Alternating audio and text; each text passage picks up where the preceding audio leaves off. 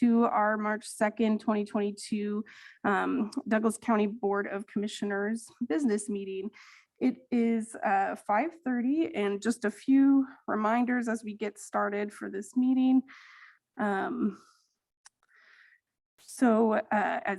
many of you know, and I have seen you all sign up for general public comment, we will provide general public comment at the beginning of our meeting, right after our consent agenda has been discussed.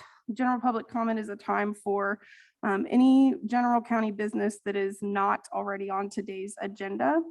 I will go ahead and mention that we do not have health orders on our agenda for today. There are no further recommendations from our health officers, and our current health orders are set to expire by midnight this evening. So beyond our general public comment, for every individual business item, we will also accept public comments specific to that. We will first have a presentation, hear from folks, or have questions from commissioners. Then we will open that up for public comment, hear any further questions or concerns about those topics, and move on to discussion and action beyond that. All public comment, both general and topic specific, is limited to 3 minutes. And we ask that speakers please state their name and residence in Douglas County for our meeting minutes. We will begin with in-person commenters first, and then check online for anybody who wishes to make comments through Zoom. If you are with us on Zoom, when you're ready to make a comment, please raise your hand virtually, and staff will call on and unmute you accordingly. The county also reserves the right to mute or remove any speaker who's vulgar, rude, or inappropriate. And we ask that you please direct your comments to the commissioners. And if any visual aids are used during the meeting from presenters, they will share their screen, and anybody who does not have a computer, smartphone, or tablet will not be able to view those materials, but we do have them uploaded on our website as part of our agenda packet. Excuse me. And lastly, please know that a recording of this meeting, along with all past meetings, will be available on our website and YouTube page. And with that, we will go ahead and get started with the consent agenda. Does either commissioner wish to pull anything from consent today? Seeing none, I'll go ahead and ask if there's anybody in the public who would like to pull something from the consent agenda for further discussion. Okay, just double check with Sarah that nobody's online. We do have someone who's raised their hand online. I want to verify. Okay, they have lowered it, so I don't think they have anything to remove from the consent agenda. Great, thank you. All right, with that, I will entertain a motion. This is Commissioner Portillo. I move to approve consent agenda items 1.1 through 1.6. Second. All those in favor, please say aye. Aye. Okay, thank you. With that, we'll move right into general public comments, which are just described, and I'll go ahead and call from the sign-in list first. Brian, you're up.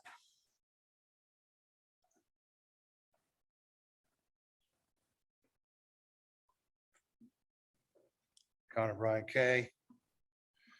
Lieutenant Colonel retired, U.S. Army, 112-044-6548, 19 June 1969. And yes, I live here in Douglas County. Personally, I hope that y'all extend this mask mandate until November the 5th, 2024, because I'll just keep ignoring it like everyone else that has a functioning brain. But I'd love to see y'all red pill this entire county. Now, we have the CDC guidance. We're a medium risk county now, according to the new CDC political decisions on COVID, because Joe Biden is another utter dumpster fire. I have a question for y'all, and I've talked about running against Pat, try to get him unelected and replace him.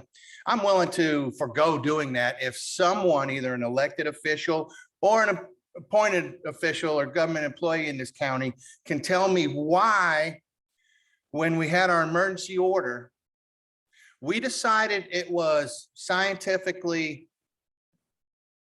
common sense or made sense to include the requirement to wear a mask when you go to the vet in with the requirement that you wear a mask if you were going to go to the hospital or the dentist or the blood bank, et cetera, because that confuses the hell out of me.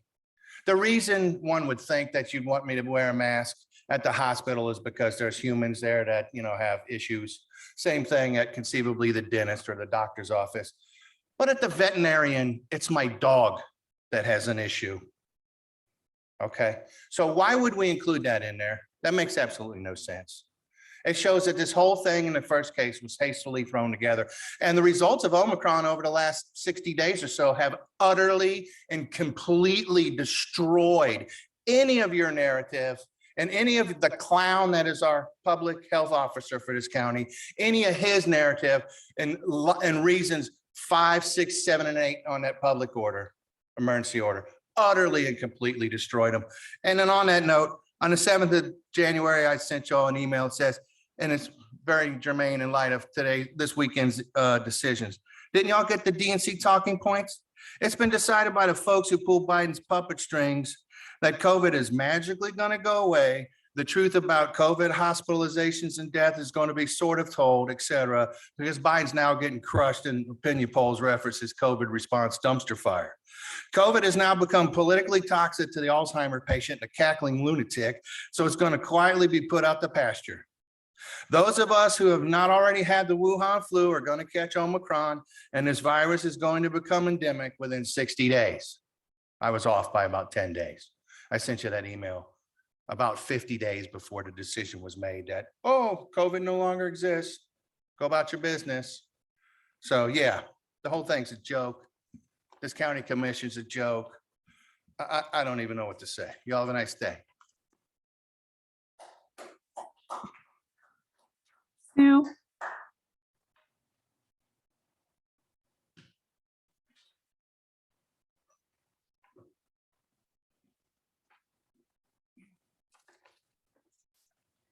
Hi, my name is Sue Herrick. I live here in Lawrence. Today marks day 198 of protesting on the corner of the school's administration building. We've been there calling out the harm you've caused, children, adults, the community in general, with your masking orders. One other person has been there longer, but for me, it's been over 6 months of daily protests. I thought I'd share with you some observations. Out-of-town people are surprised to find that here in Lawrence, in Douglas County, masking is enforced. Their reaction to this discovery is laughter. We are the laughing stock of Kansas, if that's possible. We found that words disturb people. Shock is a frequent reaction to our message that masking children is child abuse. It's as if the media has been so successful in homogenizing perception that a differing observation is disturbing. This indicates a large-scale inability to think critically. We are motivated by that. Cracking into mass psychosis is a challenge that we readily accept. We find that people are so supportive. We've been offered donuts, coffee, sandwiches, water, and cash. We passed on the cash. Our roadside protest generates gratitude. As time has elapsed, we see fewer masks worn by people alone in their cars. This is depriving us of much amusement, but we see it as something hopeful. Positive feedback increases daily and weekly. All we have to do now is appear, and honking begins before our flags fly or our signs are posted. The appreciation is obvious. It's time the three of you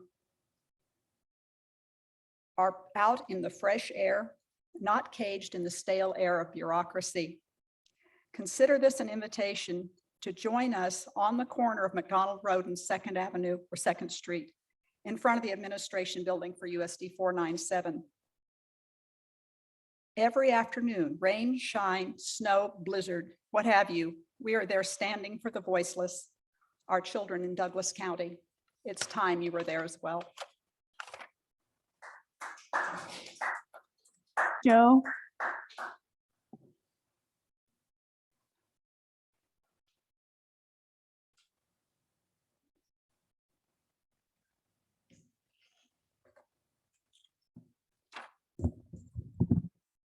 My name is Joe Herrick. I live here in Lawrence. I'd like to talk just a little bit about pandemic misinformation. We have learned much during the past 2 years. We have endured 2 pandemics, the pandemic of COVID-19 and the pandemic of fear. Real science, not political science, has taught us how COVID-19 can be effectively treated with off-label, inexpensive generic drugs, such as ivermectin, hydroxychloroquine, and others. Early treatment with inexpensive generic drugs have been proven to be 90% effective in keeping patients out of a hospital. Political science has created the pandemic of fear. Political science has told us we must lock down for 2 weeks to flatten the curve. We should wear a mask, then 2 masks, and science and maintain social distance of 6 feet. We should lock down all non-essential businesses. Political science determines whether or not your business is essential. It doesn't matter that you have no income. You need to suck it up and take one for the team. Political scientists suppress all early COVID-19 treatment protocols with inexpensive generic drugs. They also censor the speech of medical experts that prescribe these life-saving protocols. Here are the facts.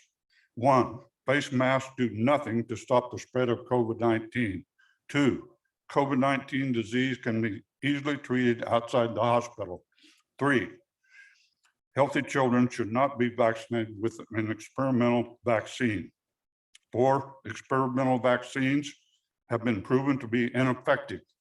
5, experimental vaccines are responsible for more deaths and adverse events than all previous vaccines combined. Real science searches for truth based on accurate data. Political science does not rely on truth and accurate data. Truth and accurate data are not necessary for control and the pursuit of money. There are 3 kinds of people: those that make things happen, those that watch things happen, and those that wonder what happened. I believe Douglas County will be in the category of those that wonder what happened. How will history judge the path you have chosen? I ask that you choose wisely. Thank you. Justin.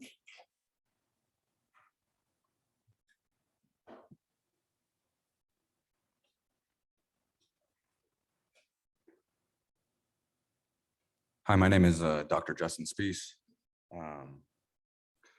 For those of you that would want to come speak at one of these things, let me just kind of let you know what it's like in here. These fools, they don't listen to anything we say. I mean, Dr. Shannon Portillo has been on her computer the entire time. So is Shannon Reed, just kind of intermittent. Patrick Kelly has the same glazed look over on his face. We hit these people with a fire hose of information beginning in August, and it didn't make a dent. So there's no talking to these people. Instead, we just need to talk to each other. Last week I came in here and talked about empowerment and content. This week I want to talk about, we can't forget what these fools did to us. This mask mandate, whether it expires or not, just look around and go, what was all this for? Nothing has changed to have your mandates go away, but hopefully they'll go away. I just look around and say, what for? Look at all the destruction. I know a lot of people will say, what destruction? What are you talking about? And I'll give you an example. Last November, I went up and I spoke at the state capitol. There was a hearing there with testimonies, and it was a Friday and Saturday event. I spoke on Saturday. On Friday night, the editor of the Kansas Reflector, his name is Sherman Smith, was live tweeting. And Friday night, there was a bunch of people like me, like the people I'm here with, story after story after story, how fools like you destroyed their life. And Sherman Smith sat there and just mocked them, laughed at them. So I went in there and I called him out. And that's the reason why I called him out. I didn't call him out because he didn't want to talk to me for a story. I don't care about that. The reason why I'm mentioning that is that this is who these people are. They look at us and they laugh that you ruined people's lives. You've been abusing children since the fall, even before that. You're ruining their lives. And they laugh at us and they mock us. Don't ever forget. I'm never going to forget what you did to me. Shannon Portillo, Shannon Reed, Patrick Kelly, that deputy over there wagging his finger at me like he's my dad. Armbrister telling me I need to mask up like he's my dad. Not letting people in who have exemptions to their stupid mandates, even though the mandate says that there's exemptions for medical issues, they still wouldn't allow people in here. Private businesses treating us like we're second-class citizens and we have the plague. Never forget what these people did, ever. They still aren't even looking. They're still not even listening. But I'm never gonna forget. You hear me? I'm never gonna forget. Amy.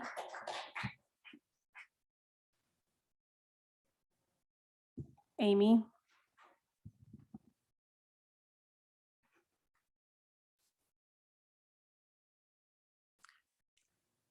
I wrote this, not knowing that you were just going to end the mandate at midnight, so. In my opinion, the masks would be much better if they were made optional. Kids especially shouldn't have to wear them for 8 hours straight. For starters, they have great immune systems with a 99.9% survival rate from COVID. Sometimes they don't even know they have it, in which is why, if people are worried, they will catch anything really. If people are worried, wait, let me reread that. Sometimes they don't even know they have it, and which is why if people are worried, they will catch anything really. They could wear a mask. Just imagine happy, healthy kids and adults enjoying each other's smiles. I'm sure the teachers would love not to have to interrupt their class to tell kids to pull their mask up. It would be great if they could get back to normal teaching so our kids quit falling behind, which they are.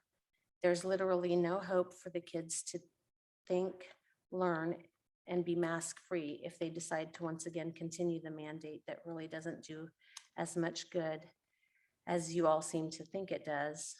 There is without a doubt irreversible damage being done. We are literally the only county left with a mask mandate. It's really not a surprise that enrollment is down. I'd be curious to know how many people just up and left this town because of the ridiculousness from the constituents.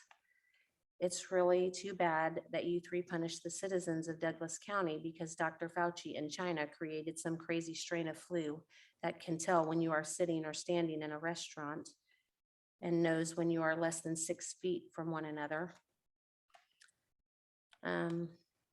So the mandate ends at midnight, and I'm really hoping that you don't just some other crazy, stupid flu or whatever comes out and you just put it back on again.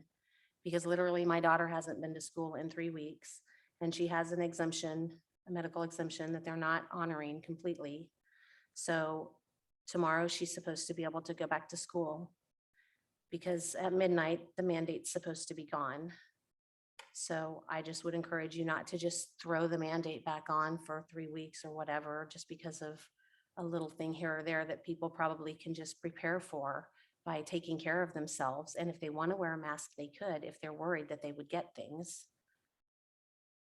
I'd like to end with, we all are really tired of the mandate. And for the most part, people everywhere except public school wear them if they want and don't if they don't want to.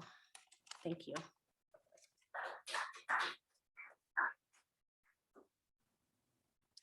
Thank you. That's everybody we had signed up in person. Just is there anybody else? Would you like to make public comment as well, sir? You just, would you like to make public comment? Go ahead and come forward. I'd like to speak on this and the item that brought me up here. Can I do that? Yeah, right now you can speak about general items that are not on today's agenda. Okay, can I speak on that item Yes, you may. as well as speak on this item? I'm not sure what this item is that you're referencing. FOP? Ron, you've got you can use 3 Oh, minutes thank you. however you like, and you need to speak right into that microphone. Sorry for the confusion. Go Yeah. ahead. I'm gonna talk on mine. Okay, so you've got 3 minutes for an Okay. other topic. Ron Wilson, I do live in Lawrence. Last time I was here, I tried to tell you how the zoning department is twisting facts, not doing a valid sound check, and other lies about testing. I have the documents. They even check at an address that does not exist. I've driven the county looking for it. I've checked with the post office. There is no such address. This testing is a bold-faced lie. Michelle, an old-time commissioner, emailed me and tried to intimidate me by telling me not to talk to others about the FOP. Then told me face-to-face that she was referring to the US Army because I found out that they were violating Army regulations. I contacted the general in charge of the Army. His legal department brushed me off, saying that this was a local matter. Another bold-faced lie. The Army's not following their own Army regulations. I've been further intimidated by a possibly childish, hateful, vindictive cop, possibly suffering from PTSD, and a group of his followers from the police academy. Please note that the PTSD is a problem that the sheriff is concerned about. I reported a threat by the armed member that is fully capable of carrying out that threat, knows where I live, my phone number, and what vehicle I drive. The county police conducted no investigation in the breaking of a law, the threat by this person and his followers that also carry weapons, know where I am, and so on, and that feel free to express their hate are allowed to be above the law.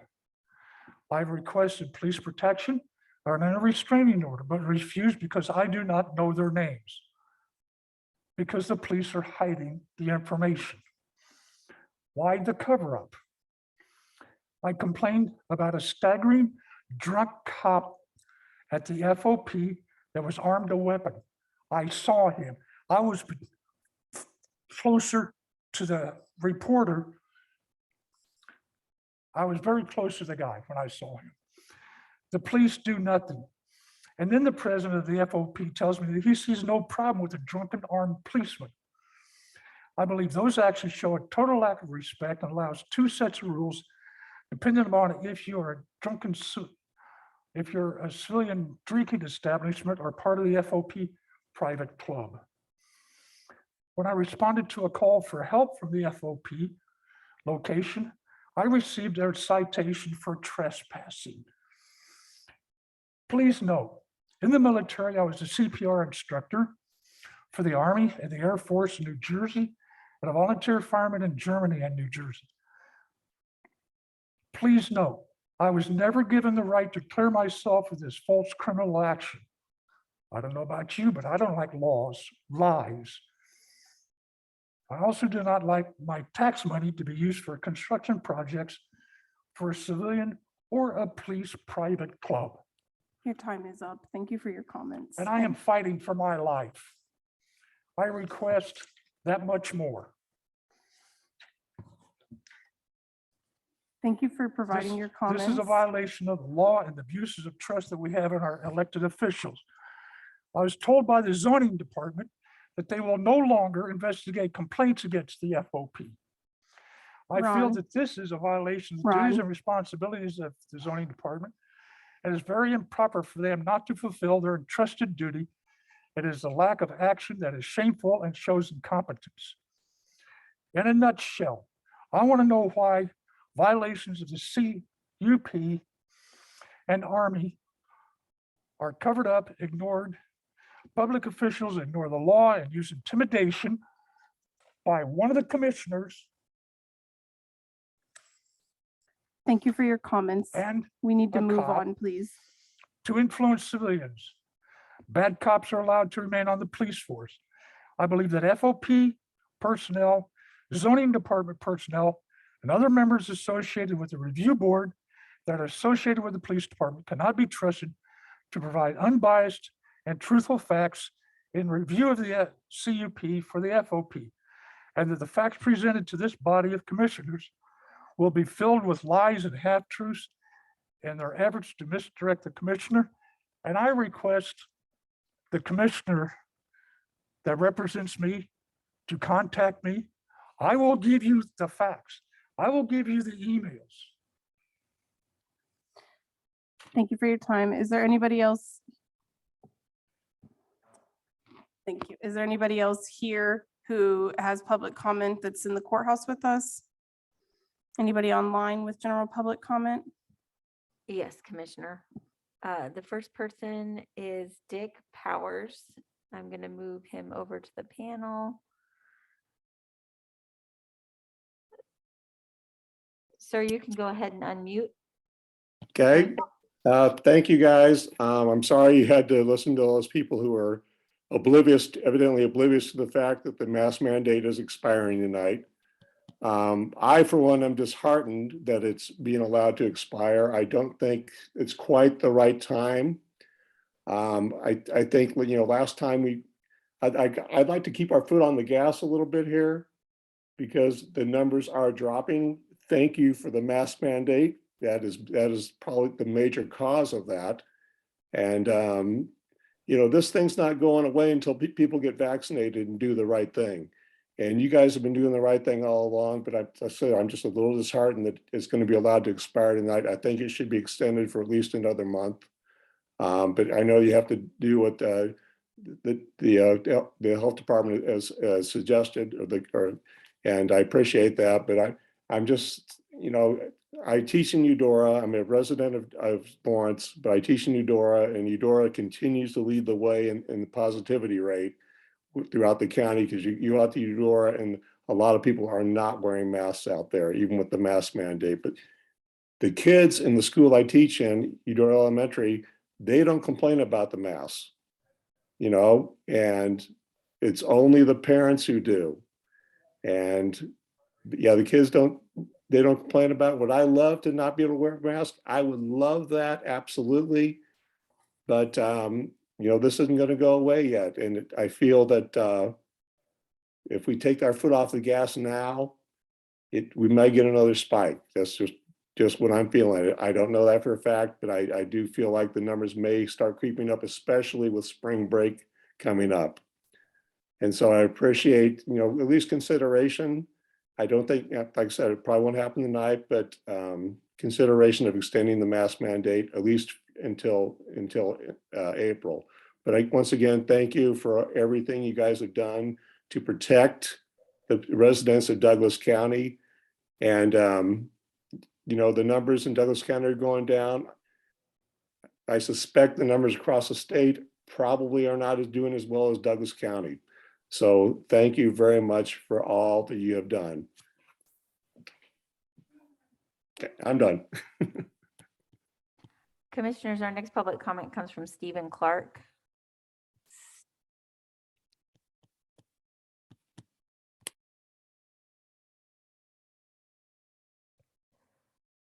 Stephen, there's a little delay moving you into the panel. Bear with me.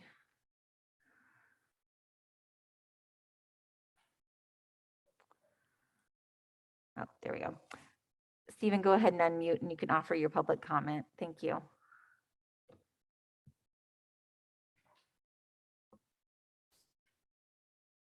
Stephen?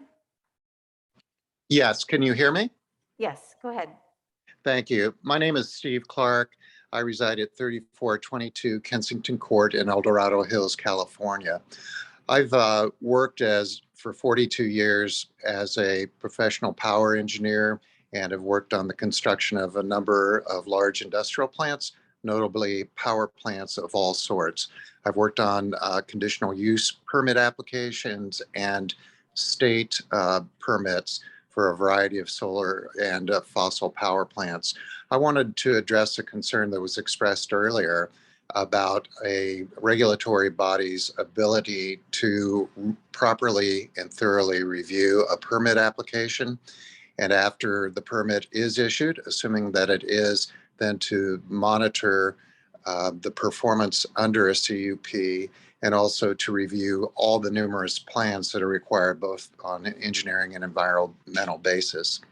I can confirm to you that it is very standard procedure for regulatory authorities to hire third parties. It can be either in the environmental or engineering area or other specialty areas to serve as auxiliaries and additional staff for the power plants.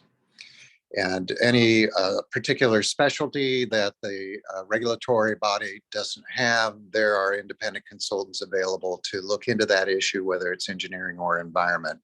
And when this is done, the project applicant, the party that submitted the CUP, will pay 100% of the cost for your third-party consultants when you hire them to help with the review of the permit application, to produce proposed mitigation measures, and then to monitor performance and review plans. It's very standard for the applicant to pay for that.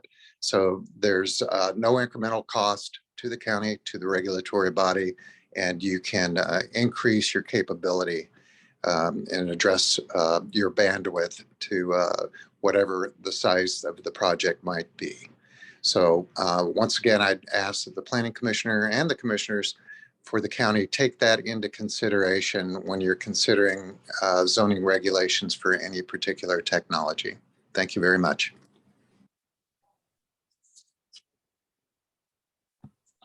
Commissioners, I don't see any other hands raised for public comment. Great, thank you, Jill. We'll go ahead and close general public comment and move on to our regular agenda. First up, we have item 3.1 from the Planning Department to consider a site plan for Veritas Christian School. Thank you, commissioners. I believe Mary Miller is here for this item. We will move her into the panel for the presentation. There you go. Thanks, Mary. Thanks. Good evening, commissioners. Mary Miller, planner, and I will be sharing my screen.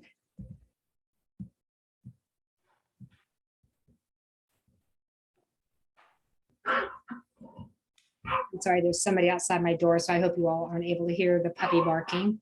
Let me know if you have trouble hearing me.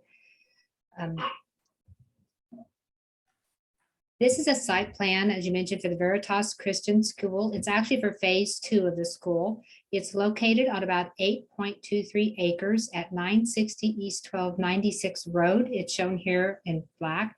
This is at the very southern boundary of the Lawrence Urban Growth Area. And the property has frontage on both East 1296 Road and US Highway 59, but access is only taken from East 1296 Road.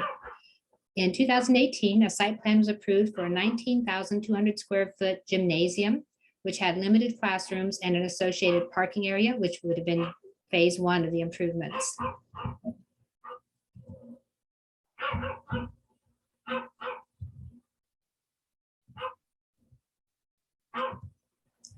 The changes being proposed with this site plan, there's 3 primary changes. 4 modular classrooms are being proposed to the east of the existing building, and this aerial was taken before the school was built. So that gray area in the middle is actually the gymnasium. The number 1 shows where the 4 modular buildings would be located. Number 2 shows where the additional parking would be located. And then number 3 shows where the lagoon or the oxidation ponds would be located. The site plan was intended for grades 7 through 12. And right now it's mainly used for just physical education, some theater, maybe some weight training. But with this phase 2, 7 through 12 would be able to have classes here. And then this facility within the city limits would only be for the elementary and section. The plan here shows the changes. These are the 4 modular classrooms to the east of the building. They'll have a pedestrian walkway connecting them. The parkway will be gravel, and then the oxidation ponds, the lagoon, will be located to the south.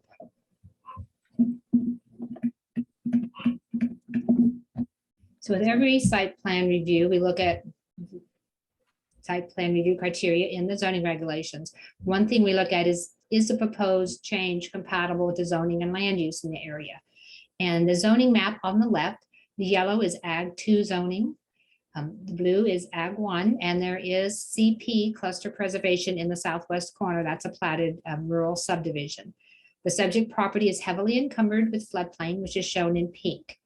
And as far as the land uses on the right, the pink areas are agriculture. The yellow are single-family residential. The gray is vacant, and I'm not sure what that means in the Douglas County appraisers. Maybe there's no use on the site at this moment. Blue is institutional. So we have the school use on the subject property, and then to the west across 1296 Road, there's a cemetery. And so this expansion of the school use would be compatible with the zoning and land uses in the area. We look at another criteria is the use permitted in the zoning district?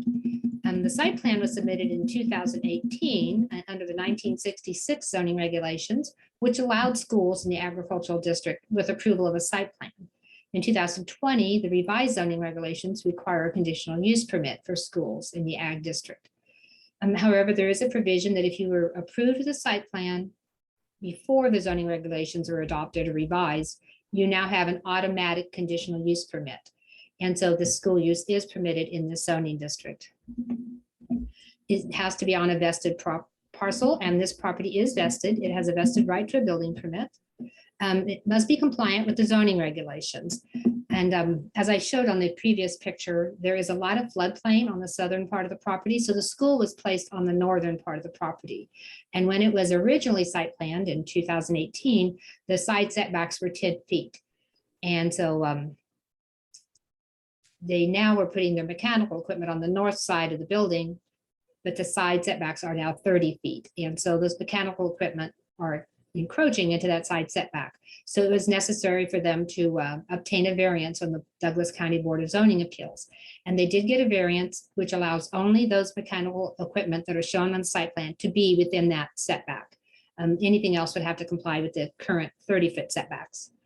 And that change would need to be noted on the site plan. The parking being provided meets the parking requirement. It actually exceeds it. And many schools do this so that when they have school events, it's possible to handle the parking on site, and we don't have to worry about people trying to park on the adjacent roadways. The lighting fixtures were revised from what was approved with the original plan, and graphics were provided in the staff report. While they're different, they still comply with the regulations, and they should not result in glare on off-site. And then we look at the site design. That's another criteria that must be compatible with adjacent land uses. The new classrooms will be located to the east of the building, between the building and the highway, which would move it away from the residential uses. The parking area and the lagoon will be to the south of the school, which will also move it, at least the lagoon will be further away from residential uses.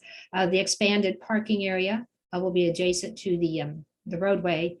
And I'll show the landscape plan here in a moment, which shows how they plan to screen that with shrubs and trees. No change is being proposed to the ingress or egress. That one access point will remain. And I showed the pedestrian access that's being proposed for the modular building. Another site criteria is that site landscaping must provide a pleasing appearance and be in harmony with adjacent land uses. And then trash storage must be screened. And so this is a graphic from the landscape plan. The areas in light green are existing trees that are going to remain. There's vegetation on the southern property line, which buffers or screens the facility to the south. And there are existing trees along the roadway. These are in the right of way, so they don't count towards the required landscaping, but they will provide some buffering. The dark green is what's being added with this site plan. And you can see on the west side of each parking area, we have trees. The line is shrubs and the circles are trees. So there will be buffering landscaping along the parking area to screen that from the roadway. And on the north side of the existing parking area, there will be evergreen trees and shrubs to provide a screen between the parking and the residents to the north. There are other trees proposed on the site, and these are probably intended just to provide that pleasing site appearance. The dumpster is outlined in red. It will be screened in 6-foot fenced enclosure. And so the proposed changes with the variance approved by the Board of Zoning Appeals is compliant with the zoning regulations. There was one issue with this phase 2 of the project. The consultant that was working on phase 2 identified a KDOT flowage easement, which is an easement associated with the floodplain. And it was not shown on the original site plan as no one was aware of it. The consultant didn't identify it at the time. However, the school, as you can see, the pink area and the area that's outlined in red are the existing flowage easement. So it's almost the entire property. And the school itself was built within the flowage easement. And so the consultant did some modeling, provided the information to KDOT. And in your packet, there was an email from KDOT in which they've agreed that that area that's highlighted, that's outlined but not highlighted, can be removed from the flowage easement. And so the applicant is working with KDOT to vacate that portion of the flowage easement. And one of the conditions of approval is that that must be completed before the site plan is released, so that we're not, so that we're sure the flowage easement is no longer under the building before we expand this use. And so staff is recommending approval of the site plan with conditions. The first condition was KDHE, Kansas Department of Health and Environment, approval of the lagoon system. They have provided that approval just a few days ago. KDOT's vacation of a portion of the easement. I believe the applicant will be meeting with KDOT again on March 4th, so we expect that to continue moving forward, but we will keep the site plan until that is done. And then the revised plans would need to note these actions and the BZA approval. And so we would have also the book and page of that vacation for that easement, and then the date of KDHE's approval. I believe the applicant is present. He was going to be present in the room today. And that concludes my presentation. Thank you.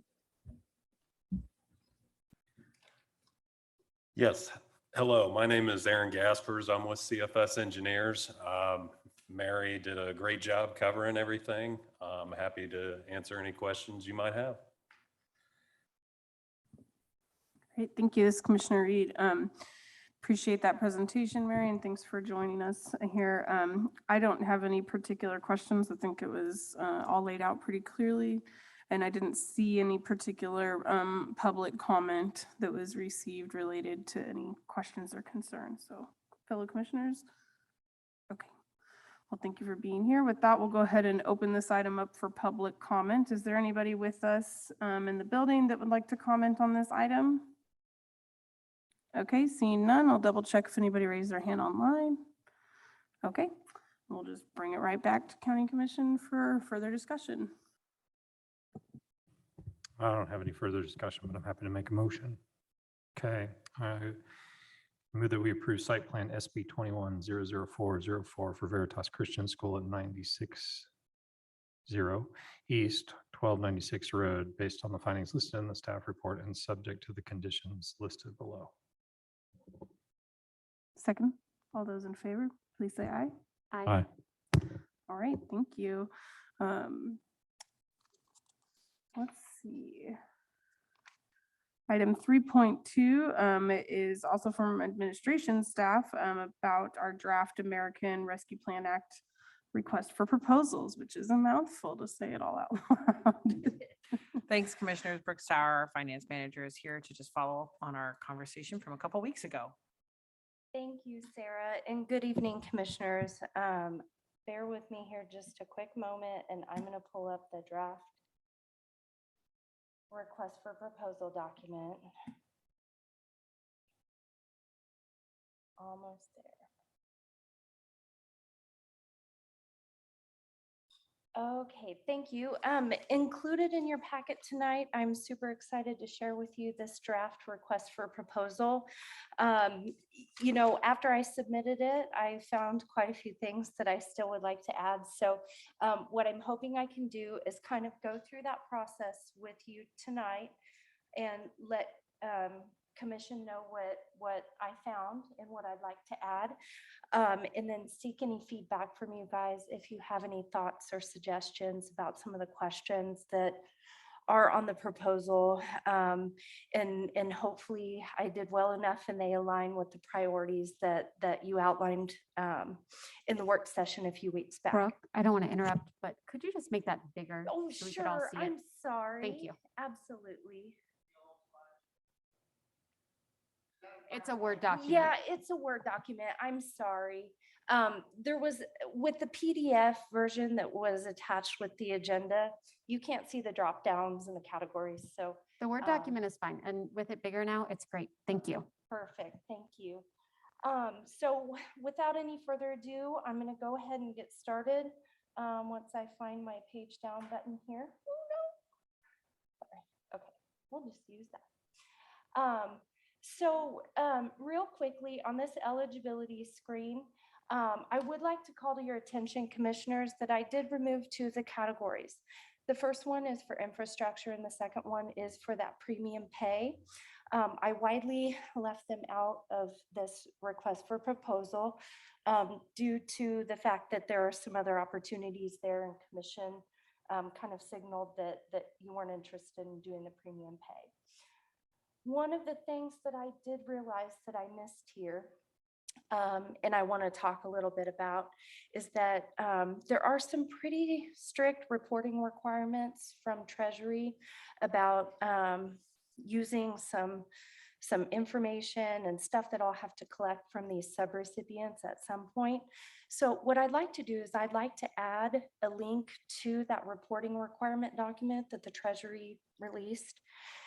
And I'd like to add a radio box on the online form that they check, that they'll signify that they have read and understand what's going to be required of them.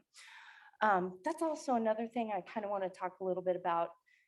Included with the packet is this Word document, but all of this is going to be an online form. So this document really mirrors exactly what the user is going to go through as they're submitting that application online.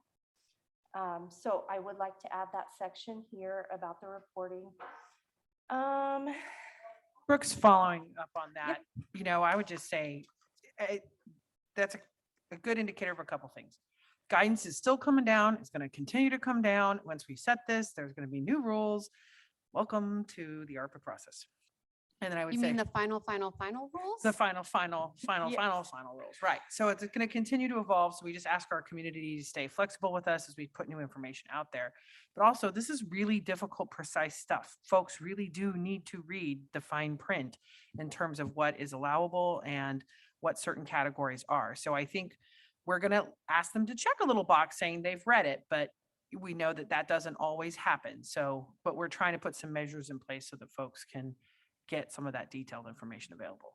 Thanks, Yes, and to that, Sarah, I'm so glad you brought that up, because just Monday, we got new expenditure categories and new reporting requirements that the Treasury just released. So a lot of these subcategories are going to be changing as we release this process. So, also with that being said, I remember with the CARES Act, I held monthly webinars, and subrecipients of the fund would get on the call with me. It was an hour long. It was a Friday afternoon.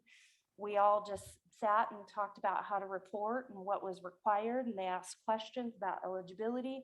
I do plan to continue that work and have a very strong relationship with the subrecipients so they know exactly what is expected of them from the reporting side. So that's a good add there. One of the things that I wanted to touch on here that was something that Commission had talked about during the work session was this applicant organization type. So we put that here, and then if it's other, they'll specify. And if it's a small business organization type, I'd actually seen this on a federal application and I really liked it.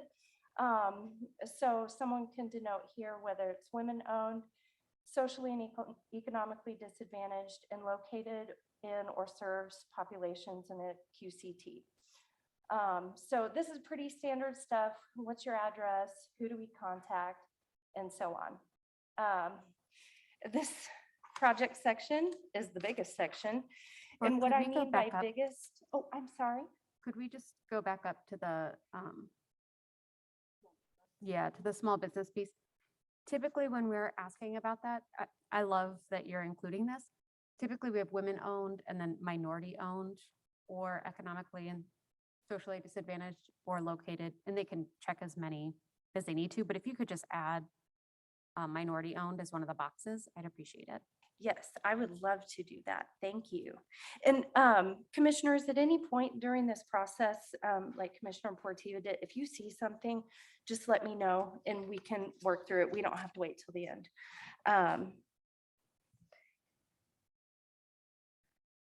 Okay. So moving along to the project information section here.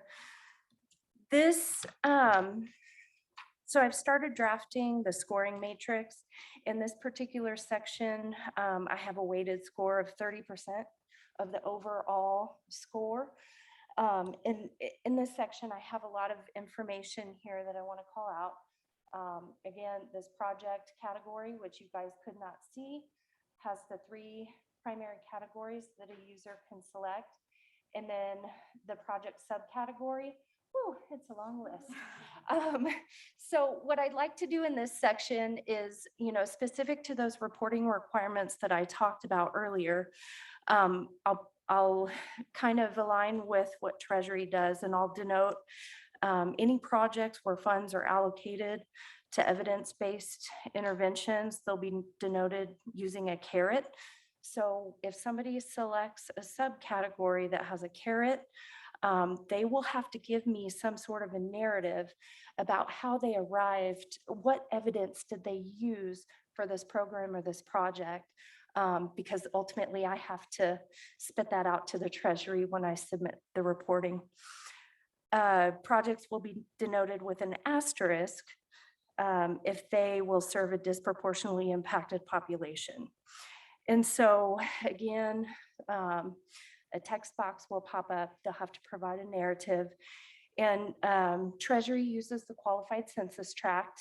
We talked a little bit about that in the prior section. I realized I missed that question in this application. So I'm going to be adding that into this section, and I will likely move these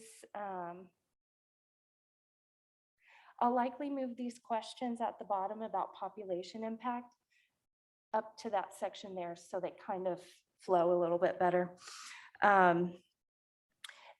Again, on this page, I touch on project sustainability. So if it's a new or existing program, and then if the expenses are one time or if they're ongoing. And then I allowed the user to enter a narrative if ongoing expenses are indicated, that they could make that argument, and hopefully it's a good one.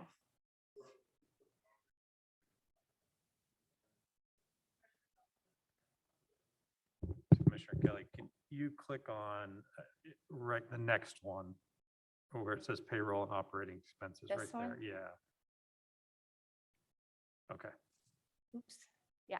Yeah. So they'll be able to choose whether it's one time or ongoing there. And then if they choose ongoing, then my vision of this is that a text box will pop up that's a required field that they will have to fill out to advance through the online application. So after that section, so I think I have, from what I recall, this is weighted at 5% of that 30% score. I weighted this, the sustainability was at 10%. The newer existing project or program was at 5%. So I really put a lot of weight on that sustainability piece. If that's heavy or not heavy enough, that's something that I would be interested in hearing some feedback on. The next piece that I'd like to touch on is the application being made in collaboration with another agency.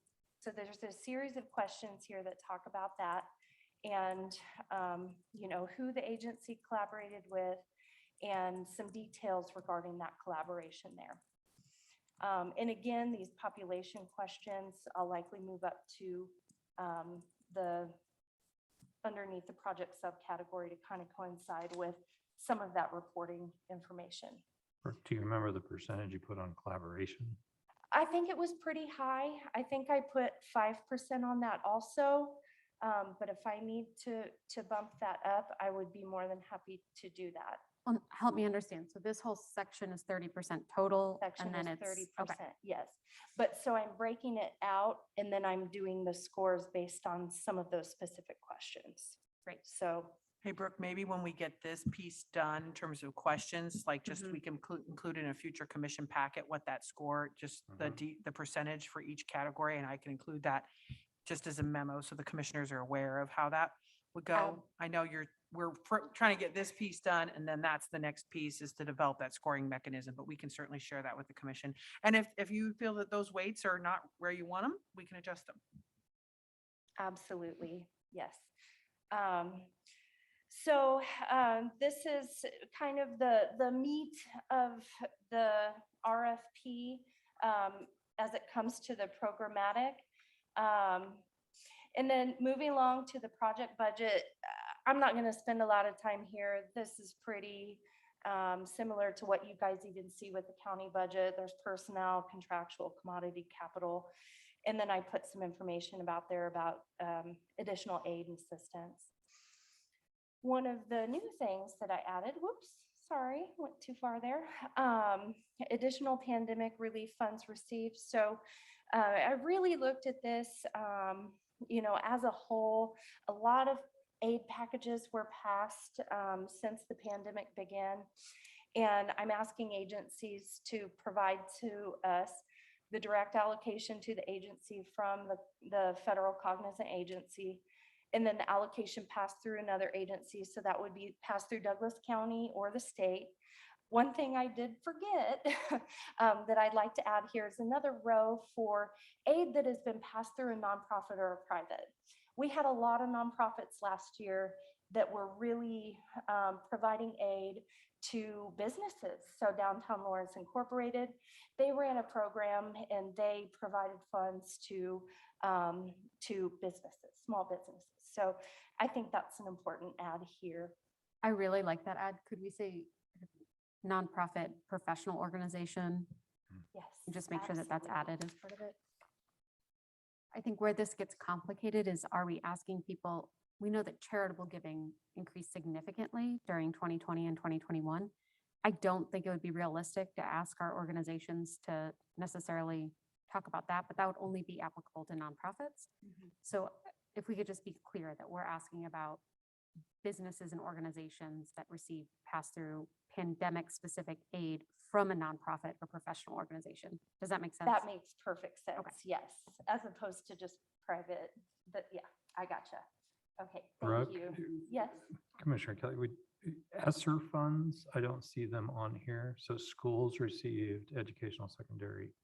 Yes, Does- and I believe that that particular pool of funding fell in the American Rescue Plan Act. Okay, And it is, so like ours is SLFRF. Mhm. And then the school's got ESSER, I think it is. So they're from the same bill, the same Mhm. legislation, but it's just different types of funding. Okay. So my understanding that you could spend that on like 18 different things, whereas this, you can spend it on, all of the subcategories before you today. So Brooke, while you're thinking about this section, would it be helpful then to just have a row or two that is other? Like if they aren't sure what category to put it in, that they just, if there was some sort of other pandemic fund or state spark funds or state, I don't know, the state's got all their acronyms for theirs. Would it be helpful just to have like an other? I would be happy to add that. I think it just gives folks a little bit of flexibility. If they aren't exactly sure where it goes, they can put it there. And then we I could think that would be also- fine, oh, Brooke, just with sorry. that qualifier, because I agree with Commissioner Portillo, not privately donated Right. funds. Mhm. So other, not including any privately donated Yeah, funds. other pandemic relief Yeah. funds. Yes. How I'm viewing this is that this is other pandemic relief 'Cause I'm funds. thinking of like Save Our Stages, and there was Yeah, a number that's of true. that were large organization funds, and I don't know how to classify those. Yeah, this Commissioner Reed, I appreciate this nuance, and all the acronyms are Yeah. lost on me, especially at the moment, but your example, Commissioner Kelly, and that education funding that's part of ARPA, I feel like there's a list of some of those examples, some sort of like very specific focused funding streams that are all part of that legislation. I'm not going to pretend to know how exhaustive that list is, but I wonder if there's a, like maybe a link can be embedded to reference some of those just to, I don't know, as a addition to the other, or maybe just other covers that. Well, this is Commissioner Portillo. So what Commissioner Kelly was talking about, none of those would be applicable to these funds because we're focusing on a different area of ARPA. Does that make sense? So we may just have to say that very specifically. I mean, I think we did in our meeting last time, and I think you have it laid out really well, Brooke, at the very beginning. These are the subcategories that we're focused on, but those subcategories exclude the other subcategories that are part of ARPA. Okay, yep, that helps me. Thank you. Okay, I think that's a great ad. Some of these packages were so incredibly massive, and the way that the funds kind of trickled down, I mean, you can get lost in a sea of acronyms there. So I completely can understand that. So we'll add another row in addition to adding the row for nonprofit and professional organization receipt of funds. All right. This is my favorite section. So this is as some of you may know, a lot of what my work at the county, what I'm involved with. So that's probably likely why it's my favorite. But one of the things we did not do with CARES Act is have our subrecipients provide their accounting policies. So it became clear pretty quickly who, needed some extra assistance and who didn't. So through this process, I'm asking them to attach their adopted accounting policies. I'm going to love going through those and just making sure that there are sufficient internal controls in place to make sure that they're managing the fund appropriately and have the capacity to do so. I'm going to ask them to describe their procedures in place. I want them to tell me what accounting platform that they use. I also ask about the internal controls, who signs the checks, what's in place at the organization to make sure that the funds are being used as outlined by the legislation. And then I'm also asking for knowledge, qualifications, and experience of staff, not only programmatic staff, but I want to know the finance staff piece too. So I think that's a really nice add for this section that I don't know that we just didn't have the time to do this with CARES.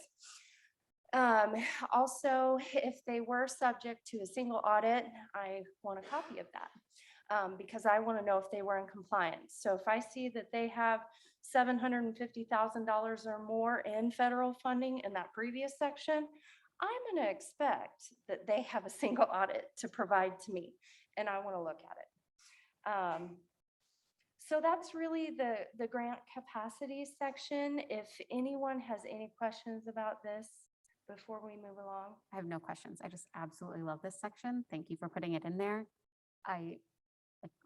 When I served on the Willow Board, one of the norms that we put in place was having a CPA or a person with a financial background on the board to help make sure that we had accounting policies and practices in place. And I hope that every one of the nonprofits in our community has the opportunity to engage with that because it makes a huge difference. Yes.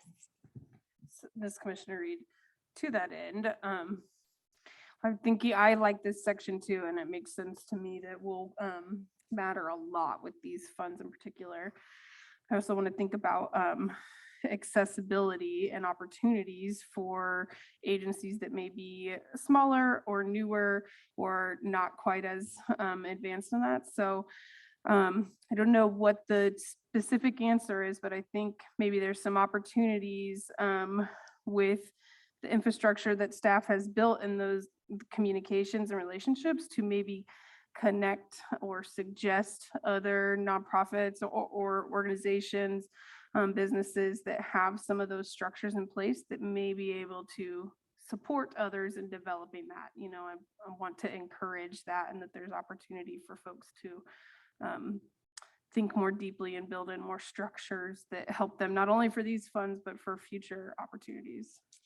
Yes, absolutely. And I'm glad you brought that up. I remember with CARES Act, we had some folks that were doing some really big projects, and I shared our policy with them. And I say, you guys need to adopt this. It's a federal fund expenditure policy. And having one of those in place, that's the first thing that your single auditor is going to look for. Do you have a policy in place to administer these funds? And, you know, what processes do you have to go through?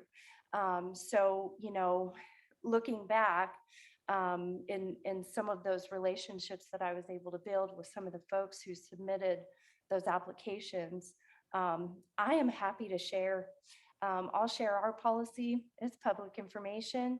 And it's just a matter of getting something in place. So even if their policy is somewhat lacking, I don't know that it would necessarily exclude them, so long as they're willing to make a change and make an update that is a little bit more tied around the federal expenditure piece. And in some ways, this is signaling out as well to people who are applying that we are going to need to take this seriously. So if you don't have the capacity, reach out, ask for help. Think about that with the collaboration piece, that we may have newer agencies that need to collaborate with more established agencies so that they can handle this piece of it. And this is a way for us to signal these funds do come with some very strict reporting guidelines. Absolutely. Brooke, I wonder, this may be a terrible idea, but I wonder if there was a spot on there that maybe referenced our meeting and had those letters of interest so that people could see, oh, maybe there's another organization that I could partner with, you know, or, you know, because I don't know what your capacity is to be able to say, hey, let me tell you, and I'm not sure that's the best way to do it, you know, is to say, let me tell you some other organizations you might be able to work with. My worry is, to Commissioner Reed's point, is they get to this part of the application and they go, oh, I can't do all that. And then they don't apply, rather than giving them some other option to do a little more, you know, make a connection in some way. You know, they might look on there and say, hey, this was another group that was looking at, maybe I can call them and they have the capacity to do this and we can work together on something. That's just an idea. I don't know if it's a good one. Yeah, my suggestion to remedy that would just be to simply put my contact information on the application itself specific to this section. And they could call me. I could talk about this all day. And I could, you know, kind of guide them or, you know, send them in a way that maybe someone would be willing to help them. Maybe that could form a new collaboration. So is that kind of what you were meaning? Yeah, or Brooke, Maybe I'm sorry. Oh, I was just going to say, maybe instead of just your contact information, we could have a link to the letters of intent above that. Yeah, so on the that landing page. Okay. I would love You said to, that. you I are, said. you are fantastic and you have, time is a limited resource. So let's make sure that folks can take a look through everything that's been submitted, since it's all publicly available. Yeah, I really support that idea and think it's like good header information and the introduction of it, that here's a resource for you to look at, maybe even the video to our meeting, and that so that they can see both our discussion and scroll through all the various letters. That makes I think total it's a great sense. idea. Yeah, I think that's a great ad. Yeah, and just not to add on to it, but I'll say one more thing. Greg. We have to be cautious, since you're scoring them with a perceived bias, so that if we're scoring them and certain things are happening and you're sort of guiding them around, you can give them technical information. But I think when we start saying, hey, you should match up with this and do that, that gets a little, I want to make sure we're being above board with all of that. So. Well, and to that end, I want to add, so there'll be a team scoring these internally, not just Brooke. So we're developing an internal team to do the scoring and to help review that information. We've already gotten some volunteers internally that have helped us with the CARES Act and other department heads that I think will be well positioned to help us with this work. So it'll definitely be a team effort. All right. Do any other commissioners or Sarah have a question about this section? All right, thank you. I added the racial equity impact analysis piece this is very similar to the analysis that was performed during the CARES Act. I made some changes based on this particular form for this proposal specific to American Rescue Plan Act. And widely, Jill and Zaina and quite a few other folks in the organization have had some input into this particular form. And so one of the things that I really did want to point out here that I heard from the meeting was I did add the medically disadvantaged piece here. I think that's important to add or to note. And then users can check all that apply here. And then, who will benefit from and or be burdened by the grant proposal, they'll have an opportunity to add text there. And then what does the data show about which communities? So BIPOC, they might see their condition improve, worsen, remain unchanged if they achieve the desired outcome. And then the impact of the proposal specific to geographic areas, proposal increase or decrease in racial equity, will racial equity be sustained beyond 2022, and how, and really just some of those questions with those text boxes. We're looking for rich narratives there about how this proposal can advance equity across Douglas County. And if you do have really specific questions about this, I would turn it over to Jill to answer. Yeah, commissioners, I would just say that this is pulled largely, this is exactly what we used for CARES Act. And then the framework for this was built on Government Alliance for Race and Equity's racial equity tool. The kind of the early stages of the equity impact team that responded to COVID put this together. And I know Jasmine Moore was a part of identifying GARE's resources as being kind of key to what other communities had used around the country to use a racial equity tool.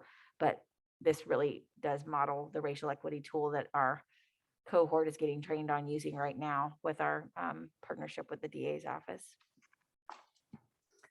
This Commissioner Reed, I don't have any questions really specific to this section. I think it's good and thorough. I wondered, I guess it's two questions. One I thought of earlier, are there text limits to these text boxes for you, Brooke? I'm sorry, Are there character limits Oh, to the different text boxes? Just thinking about how some applications could be very brief, but some could be very long. So I'm just curious if that's a factor you've considered. Yes, my full intent with the letter of interest process was to be very abbreviated. I wanted it all on one page. With this process, I would love commission's feedback if there are some specific character limitations that you would like added in. Right now, I do not have any limitations built in. Okay, You need a limitation or people are just going to keep going. I agree. I would say the ones I normally deal with may say 250 words or 500 words. You can figure out characters there, but that's what I'm having filled out a lot of these. They all have character limits, and I think being short and to the point is very helpful for both them, so they don't, and us as we review them. Yeah, I completely agree. I think you mentioning that I appreciate that there's a lot of open-ended questions and you're looking for rich narratives, but I want to find a balance there and for them to be focused narratives still. My other question kind of related is, will all of these questions be required fields in order to submit like people can't skip over. They may write NA or unknown as the only thing, but they can't skip over any. Is that right? Correct. Okay.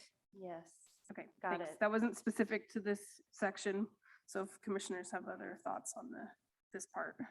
I want to mention, oh, I'm sorry. Go ahead. Commissioner Portillo had forwarded some resources from a colleague and I did not get that all sent on to Brooke in this process. So that is on me, but I do think it's consistent with a lot of that. But this is still going to be a work in process. And I think some of those resources would be great for budget development and further further refinement of that tool. But if there are specific things you see in there that you think we need to be taking into consideration, just let us know. I think that this looks great, and I appreciate the use of the GAR resources as a foundation. So this is a thorough discussion. Yeah, I too appreciate the use of those resources. I'm sort of curious if we might want to call that out in the document, that this is where that came from, and maybe a link or two, Jill, that would direct them to some of those resources. That was some of the feedback we got from CARES Act was, and we can have a long conversation about what they should know, but how do we get them there? And so. Great addition to that landing page, to the website where we kind of launch all this from. We can put links to some of that information there. And obviously, if they have additional questions. Yeah, and with that being said too, on the eligibility, like on the very first page that the applicant lands on, as they're checking that radio box saying that they understand what they're getting into by advancing any further. It says applicant should be able to identify how the project or program may have a direct or indirect impact at the intersection of racial equity and finance capital flows. So I think that would be a good piece or a good spot to put some of those resources so they can see that. And then we can also embed it in that racial equity piece too. So we can put it in both places. Looks like you've come to the end of page 10. Is that right, Brooke? Yes, I think we're done. One of the things that, this online form is still in development. Ron Rainey, our web developer and IT, my gosh, he is amazing. He is turning this Word document with predefined lists and radio boxes into this beautiful user-friendly form for us to use for this process.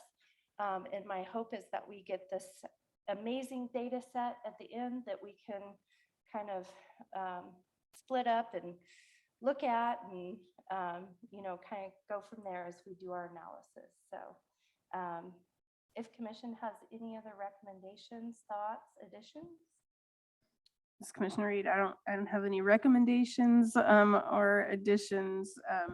I think this was a really great conversation, and I just appreciate how quick the turnaround on all of this has been, and that it is a large undertaking, especially when we think back to the final rules, which there may be a few more iterations of. So I appreciate your work and attention to detail on staying on top of all of that. And I think this looks like a really thoughtful and intentional document. So I appreciate that. Sarah, did you have anything to add? No, we're just real excited. So we'd like to be able to get this live. And then I would just add that we've talked internally about, so internal departments will use pieces of this.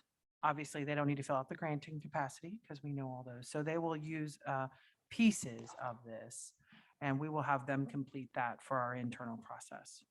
So, and we can just keep you updated on once everything's out there and live, and make sure we have all those calendars out. And if there's questions you're getting from the public, just pass them along. And hopefully we'll make the process as streamlined as possible. Great. Commissioner Reed here again. If no other comments from commissioners at this time, then I'll go ahead and open it up for public comment.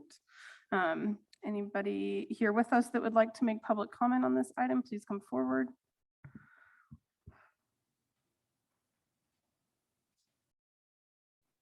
And as a reminder for anyone who may be watching online, if you'd like to make public comment, please raise your hand virtually and we'll call on you soon. Brian Connor, you already know who I am. lot of people, particularly in this part of the country and even up further north, they think like Missouri's the South. Missouri's not the South. I grew up south of Interstate 10. That's the South. Now, Commissioner Portillo decided that we need to capture information on whether it's minority-owned business or woman-owned, capture sex information and stuff too. And when I was a child south of Interstate 10 in Louisiana, I was legally African-American.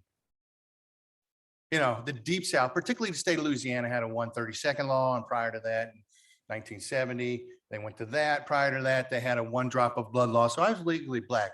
So I'm not exactly sure when we're doing our racism here in this county, because obviously Commissioner Portillo wants to do racism, and how exactly we're determining, where do I fit in the scheme of things? Let's say that Oprah Winfrey decides to have a proposal. Well, she's, accepted as Black even today, and she's a woman. That's our understanding. And how are we prioritizing her private business proposal? That's, all things being equal, is more or less the same as Detective Cruzel's back there. How are we doing our racism here in the county? And then how would I fit in that? Do I get any credit for spending 15 years as a Black guy? So do I trump him? Do I fit between, does my proposal fit between his proposal and Oprah's proposal? Because now I'm getting racism today because now I'm a white man. Okay, so yeah, this whole racial equity thing, just keep doing it. Please, please keep doing it till the cows come home and leave again. Please continue to do red pill activities. My daughter voted for Bernie Sanders. Okay, she went to his rallies back in 2016 when he had all the big rallies that time. Brian, I'm going to remind you to keep your comments specific to this agenda item. Please. Okay, you're right. You're right. So how exactly are we doing our racism inside of this? How are we doing it? All right, and then we want to get people money for tracing and all that other stuff. I seen the notes, and this young lady here, I didn't quite catch it. She said maybe we're not quite doing that. I didn't quite understand what she said. But where's the tracing data for the last 800 days? Why are we going to spend more money on tracing? Where's the demographic data? Comorbidity data. We've got 2 years of data. We're going to do more tracing, but nobody can get to the first 2 years of the data. So whose cronies are going to get this money? I think it's a legit question. I don't know. A lot of other people have said things about having issues, fiduciary issues and stuff in this county. I don't know. I've only lived in this county 60 days. But like I said in the email, we're going to talk about mask mandates. Then I'm going to start coming here and poking you eye on fiduciary issues. Y'all have a nice evening. Anybody else with public comment on this item? Anyone with a raised hand online? Okay, we'll bring it back for discussion amongst commissioners. This is Commissioner Portillo. I just have a few comments. And first of all, Brooke, thank you so much. This is a lot of really amazing work, and you gave a shout out to IT. And I just want to point out that this is also going to be a lot of work. So I just want to reiterate to Sarah that the administrative infrastructure for doing things like this is significant. And we are asking our county to do a lot. And I want to make sure that we're thinking through the administrative infrastructure and that we're communicating that with our community, because it's important that folks know this money is important. It's game changing. It can do a lot of good, but it does take a lot for us to properly distribute and to properly document all of that. And I do think part of that properly distributing is considering how we're pushing back against systemic racism that has influenced our community for a really long time. Part of the reason why we ask about issues of gender identity and racial and ethnic identification for who's applying for these funds is that historically groups have not had the same kind of access. And it's important for us to take that history into account as we're thinking through how these funds can move our community forward. So thank you for all of your work on this. This is Commissioner Reed. I would echo all of that and just add that if we aren't talking about those systemic, historical, and disproportionate impacts on Black, Indigenous, immigrant, and communities of color and gender minorities, then we're not finding any solutions or pathways towards true equity if we continue to ignore that. So I am grateful that that has a place in this application process, and that it's another way we are communicating the importance of that value, and that we realize that there are simultaneous public health crises that we are working to find new solutions for. So I think that this application really expresses those values, and I appreciate that it's additional layers on a grant application that is already very complex and involved. So thanks for that thoughtfulness. Yeah, I was proud of our CARES Act process. Even though it was hard, I was proud of it because we did it fast.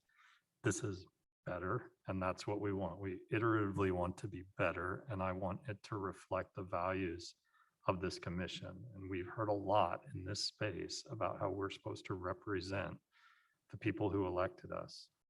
I believe this does. I believe it represents those things that we think are the most important and that we want to highlight, whether that's around collaboration or sustainability, or as my two colleagues have very eloquently talked about, systemic racism and what we can do to create better equity within our community. So you should be really proud of this, Brooke and Sarah and your entire team. Jill, I know you've put a ton of work into when we first started talking about what's CARE. Let's dig into that, and you should be really proud of it, and thank you for all your work on it. Thank you, commissioners. Sure, I'll make a motion to authorize staff. I'm going to move to authorize staff to make changes expressed by the board during this review and discussion, and finalize the attached draft proposal for public release during the week of March 14th, 2022. Second. All those in favor, please say aye. Aye. Okay, thank you so much for your time, Brooke. Thank you.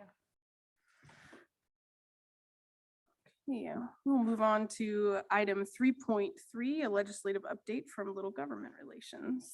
Thank you, Commissioners. Mallory is with Little Government Relations, is here to give us a brief update on how things are going in Topeka. Thank you. I like how Sarah threw the word brief in, so I will try to be brief. I know you've had a long evening, so thank you for giving us the time, me the time to talk this evening. And what's happening with the legislative session thus far, believe it or not, we are halfway through. So I'll just kind of do big picture overview, talk about a few issues we've been following, as well as a few things coming up next week. I always forget that Wednesday nights are the nights where the preliminary agenda for next week comes out. So I have been updating my talking points a little bit, and then I'm happy to answer any questions. So we, like I said, halfway through, and really only two major things have passed so far. I would say that is the Apex Economic Development Bill, which we are still awaiting to see if that was all for naught, or if we're going to have a big multi-billion-dollar company arrive in Kansas, as well as, of course, the congressional maps, which are now in the court. So we have about 3 weeks before the end of the regular session. Everything's still in play. We have about 2 more weeks of committee hearings, and then we'll have about a week of conference committees, and then week on the floor, and then we get first adjournment April 1st. So all major issues, like I said, are still on the table. The budget, of course, and then there are several other things, including a bill that would prevent any changes to the Medicaid plan until 2025.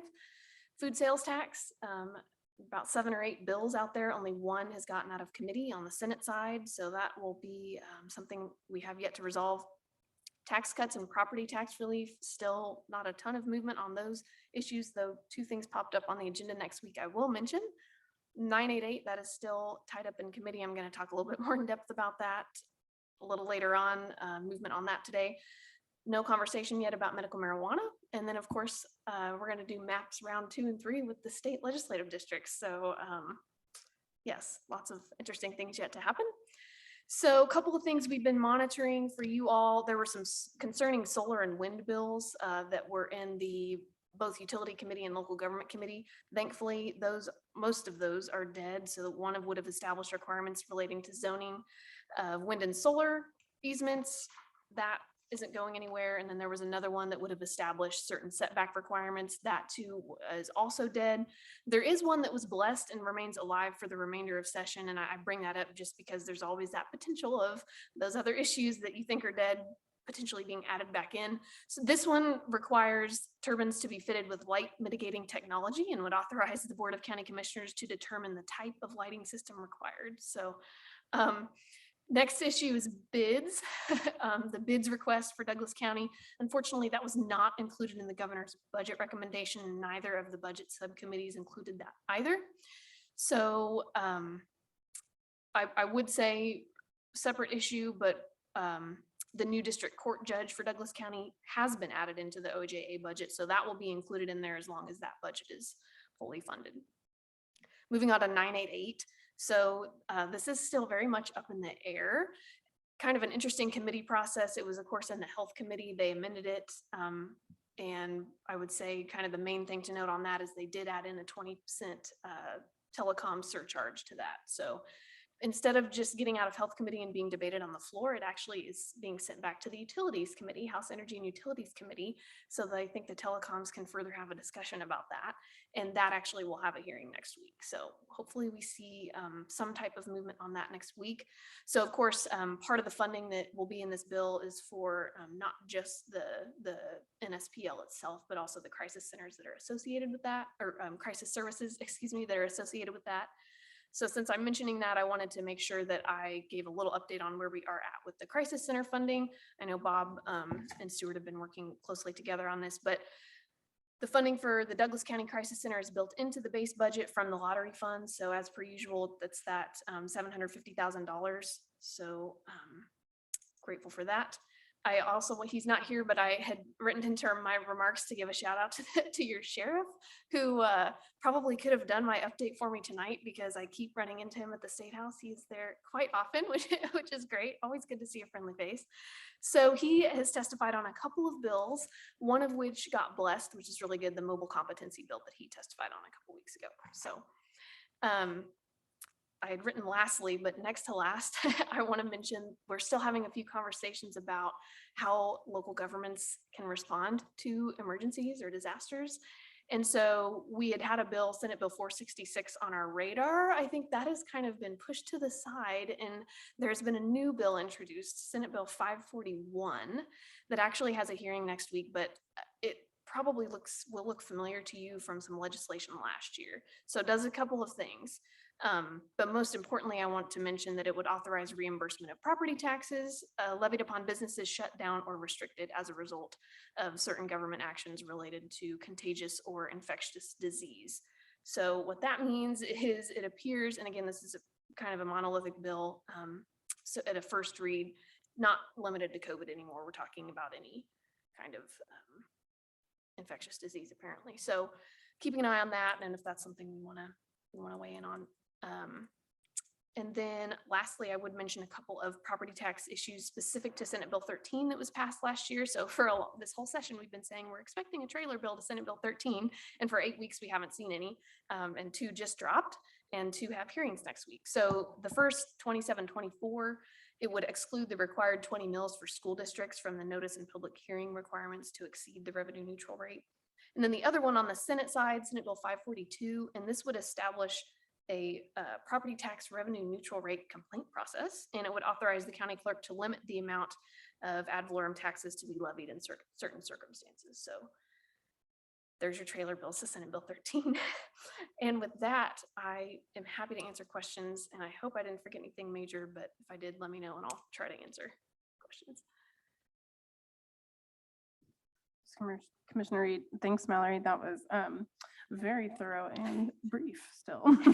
So impressed with those presentation skills. I don't have any questions. How about fellow commissioners?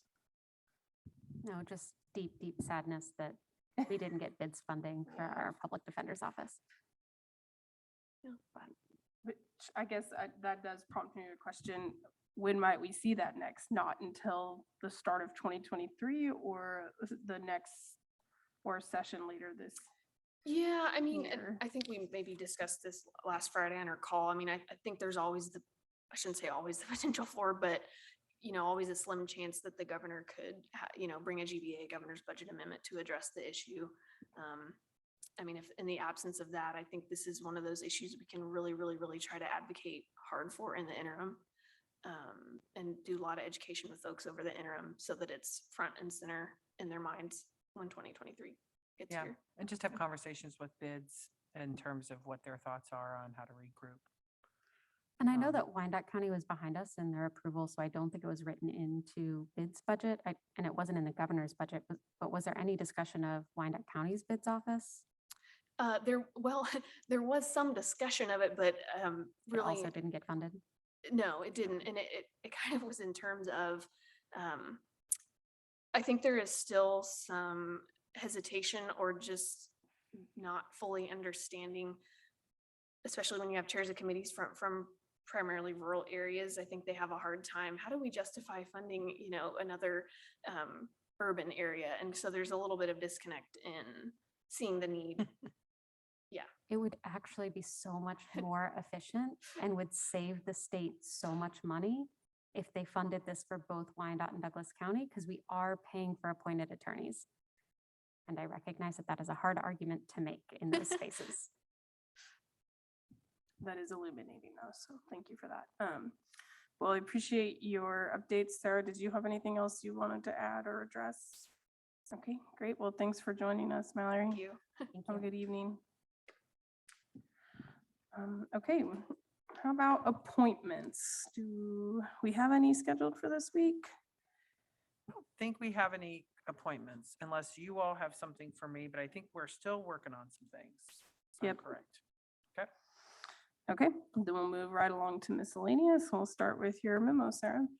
Commissioners, I have a pretty full memo this week. I just want to point out a couple things that are new to it.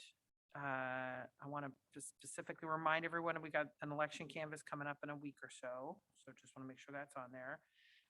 Jill added some updates on my resource connection, which I think are just, if you have some quick time to read through those, and our new human service program manager position. So we've got those updates in there. This Friday, I know commissioners have a bunch of conflicts, but we do have another drug court participant graduating this Friday. So that's some great news. And then just a lot of your annual or your monthly updates are in that packet that you get each month. I do want to point particular attention to put a separate memo on an update from Unified Command related to the community transmission indicator and how we're approaching it. Commissioners, that Unified, based off of some of the conversations that we have had here, Unified Command created a branch specifically to talk about revisiting the tool and how we want to proceed. In my memo, I include a list of who's joined that team to help us with that work, and kind of their initial conversations about how they want to look at revising the tool. They've met twice. We have Unified Command tomorrow. So I do think it's going to take some time because they want to be thoughtful and deliberate as to how this tool should change. Obviously, there's new CDC guidance, and I think we would take that into effect as well. People, a lot of organizations really use this tool to make decisions and I think it's something that as the pandemic continues to evolve, that folks are used to getting health information and they're excited to continue to stay engaged in that part of their health. So we want to be able to facilitate that. I did want to put in just a couple other notes too.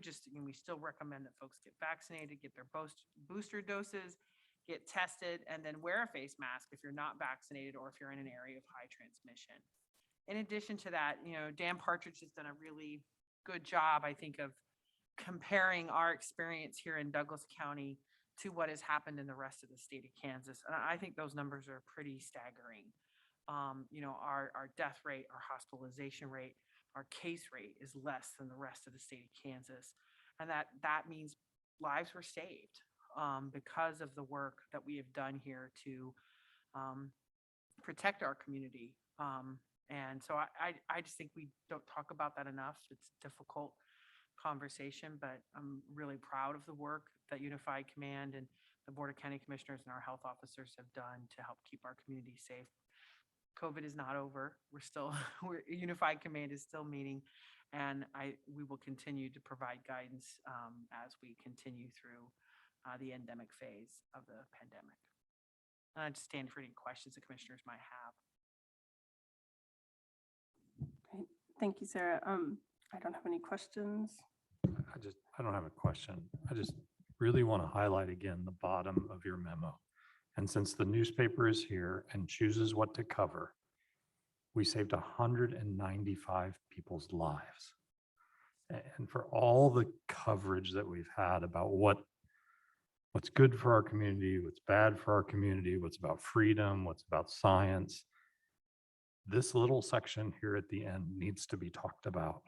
And it needs to be highlighted. It needs to be talked about. The people who did the work to get people vaccinated early on, who weren't sure what to do at the beginning of a pandemic, who worked fast, who worked in spaces where they were uncomfortable. This is huge. This is really, really big. I mean, we had more than half as many deaths as other places in Kansas. And I think when we don't focus on that, when we don't think about that, when we don't pause to reflect on it, then all the noise that happens around mask mandates and should you get vaccinated really takes up way too much space. This is the data that really shows why public health orders are important. Getting vaccinated is important, and you know, being thoughtful about your community and the health of your community. So thank you for including that, Sarah.